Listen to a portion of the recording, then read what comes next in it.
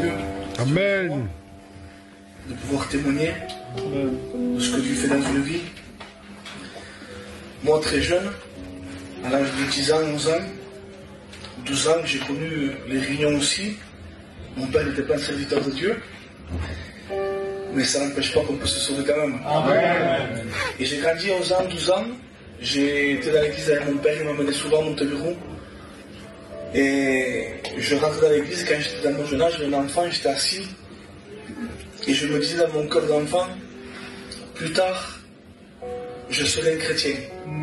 Je sentais quelque chose qui m'interpellait, quelque chose qui me faisait beaucoup de bien. Je sentais la vie dans ce lieu. Et j'ai grandi un garçon tranquille, un garçon qui ne fumait pas, qui ne me droguait pas, un garçon qui ne me battait pas, un garçon qui était beaucoup réfléchi. Et je n'ai pas traîné avec des garçons non plus très méchants à l'époque. Et si vous m'auriez vu, vous auriez dit, lui, c'est un garçon qui n'a pas besoin de Dieu, un garçon qui n'a pas besoin d'aller aux réunions ni à Jésus. Mais ce que vous ne savez pas, c'est qu'on est ce qu'on est réellement quand on est seul. Et quand on est seul, on ne se pose pas les mêmes questions. Et quand j'étais seul, je me disais dans une réalité, c'est ça la vie. Je dois grandir, je dois fonder un foyer, je dois avoir de l'argent, je dois avoir une situation, mais un jour je vais mourir. Et ça c'est le véritable constat de la vie. Que tu veux ou que tu ne veux pas, un jour il faut quitter la terre. Et il n'y avait aucune espérance en moi. Je me disais alors pourquoi faire vivre si je dois tout quitter? Je ne connaissais pas, je n'avais pas rencontré Jésus. Et j'ai grandi, 15 ans, 16 ans, et quand j'étais seul, une pensée venait, je vous dis que c'était le diable qui venait, un démon, qui me disait, quand ton père et ta mère mouriront, tu seras seul. Et moi, dans mon cœur de jeune, je pleurais dans ma chambre, de ce qu'un jour mon père et ma mère partiraient. Et j'ai grandi, je me suis fiancé avec une femme très gentille, une femme extraordinaire, qui m'a toujours fait du bien. Mais ce qu'il y a, c'est que j'ai été pris par des pensées très ténébreuses. Et vous m'aurez dit, mais qu'est-ce qui t'est arrivé? Tu ne te drogues pas, tu ne fumes pas, tu n'aimes pas les boîtes de nuit, tu es un garçon tranquille, mais qu'est-ce qui t'est arrivé?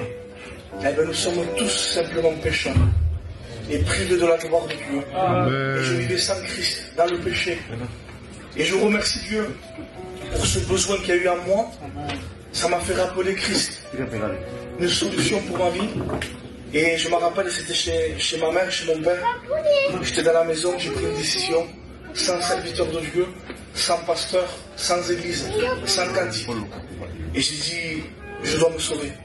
J'ai dit à la Candy, il faut qu'on aille aux réunions. Et on a commencé aux réunions. Du jour au lendemain, j'ai commencé à prier, à lire ma Bible. Je vais rencontrer Jésus. Mon péché a été pardonné. Je n'ai pas rencontré un local, avec tout le respect que je dois aux serviteurs, aux hommes de Dieu, au ministère, ni un homme. Mais j'ai rencontré la personne de Christ. Amen. Qui m'a dégoûté des passions de ma jeunesse. Et on a continué à marcher avec Dieu pendant quelques années. Je le dis aujourd'hui parce que ça fait partie de mon témoignage. Et au bout de 7 ou 8 ans, j'ai abandonné le Seigneur. Je suis parti dans le monde pendant 2 ans. Et pendant ces 2 ans, j'ai repris ma vie comme à l'époque. Je ne fumais pas, je ne me droguais pas, je ne me battais pas. Je faisais des soirées, je jouais à la guitare avec mes frères. Mais la différence, c'est que j'avais rencontré et goûté Jésus. Et quand je suis parti dans le monde, il m'est sorti des boutons de stress dans la peau, dans la tête. Et au début, je ne comprenais pas trop pourquoi c'est m'arrivait ça. Et après, j'ai compris. C'était que la présence de Jésus me manquait. Quand je partais jouer, je sentais que la musique, j'étais passionné de la musique. La musique était fade, j'avais plus de goût, plus de goût. Et en 2016, j'étais dans le monde encore.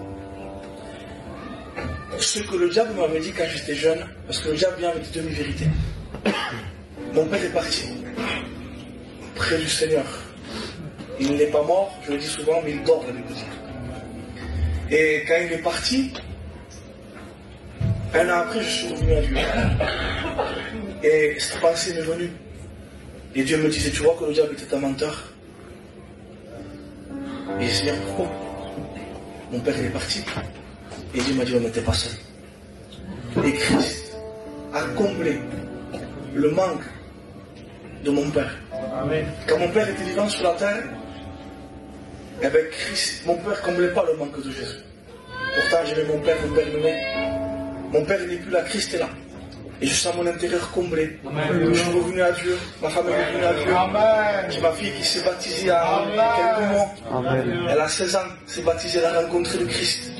Quoi vous dire de plus? La vie avec Dieu, c'est vrai que ce n'est pas une vie de rose. Il y a des combats, il y a des luttes. Mais au bout, il y a le salut. Amen. Alors un conseil de la part d'un jeune garçon, ne cherchez pas le bonheur. Il faut que vos péchés soient pardonnés. Amen. Amen.